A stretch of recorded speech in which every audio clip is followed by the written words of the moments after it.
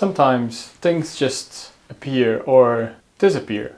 Like right now. Other times whiteboard erasers move, like they're trying to tell you something about the derivatives of trigonometric functions, and then magic happens. For example, when a whiteboard eraser tells you that the derivative of cos x is minus sine x. Up to now, perhaps things like these just showed up in the classroom. In Physics 101, we can finally demonstrate that this is the case, not by using magic, but using differentiation from first principles. To do that, you perhaps need me to demonstrate it. So let's use some new Physics 101 magic, which is magically appearing. Let's try to demonstrate that the derivative of cos of x is minus sine of x without using any magic, just pure mathematical skills that you now have from taking Physics 101. First important step is, what does it mean to differentiate from first principles? You know this one, right? It's very easy. In the case of cos x, we can plug it into the formula and write that this is equal for cos of x, meaning fx equals cos of x. We can say that from first principles, the derivative of cos of x is equal to the limit when h goes to 0 of cos of x plus h minus cos of x divided by h. Whenever you have something like this, then using the compound angle, the trigonometric identity will really help you. In this case, we know, and if you don't, you can go to the background material and ask me if that is unclear. We can write in general that the cos of some quantity a plus b is the same as cos of a times cos b minus sine of a times sine of b. This is crucial to solve this limit. In this case, we don't have a plus b, we have x plus h or x plus dx like you have in the lecture notes. So let's try to do this. And first, of course, a little bit of cheap Physics 101 magic. Using the compound angle formula, we can now re-express this limit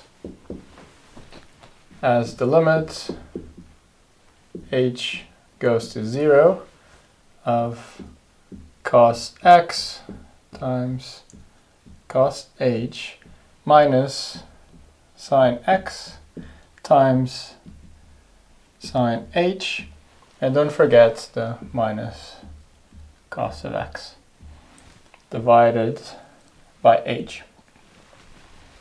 The next thing we're going to do is we're going to group the terms that contain cos of x. So there's one term here, another term here. And we can write this as the limit when h goes to 0 of cos x times cos h minus 1, and then the sine minus sine x times sine h divided by h. We're almost there, and the next steps involve remembering properties of limits and also remembering two special limits which we got the values for. We'll get to it in just a moment. Before that, we can recognize there are terms here that do not depend on h, and therefore you can treat them as if they are constants. You can take them out of the limit. This includes cos of x and sine of x. And with the properties of limits, we can also write that the subtraction the limit of the subtraction is the subtraction of the limit. It means we can write that this is equal to cos of x, that we're going to take out, times, and I'm going to open brackets just to make it absolutely clear of what we're trying to do, of the limit when h goes to 0 of cos h minus 1 over h. This is a limit that should be ringing some bells. We've actually calculated, we'll get to that. Minus, we're going to take sine x out.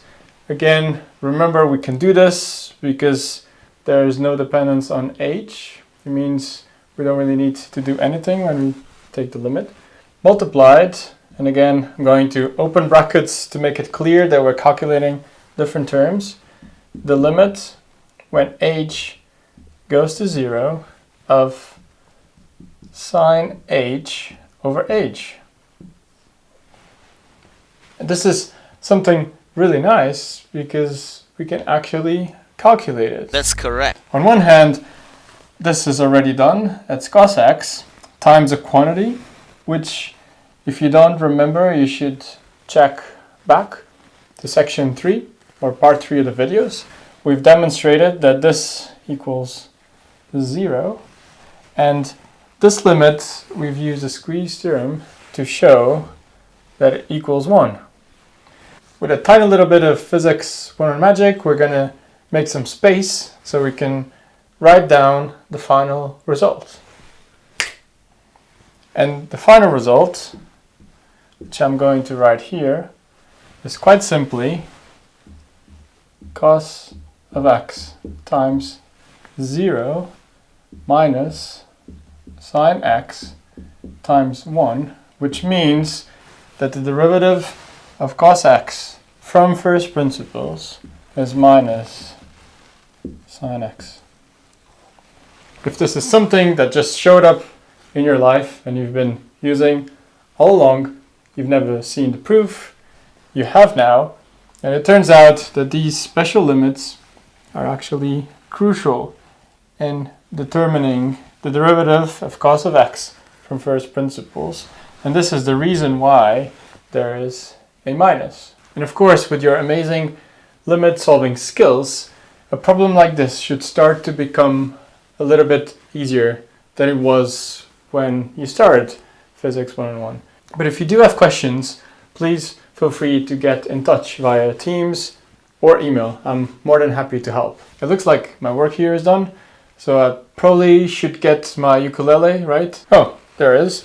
And probably start practicing to play the Kahoot music. I'm not so sure about that, but I have an amazing new trick, which is using frequency not to make things disappear from the board, but actually to disappear myself. So until the next video. Now this is proper Physics 101 magic.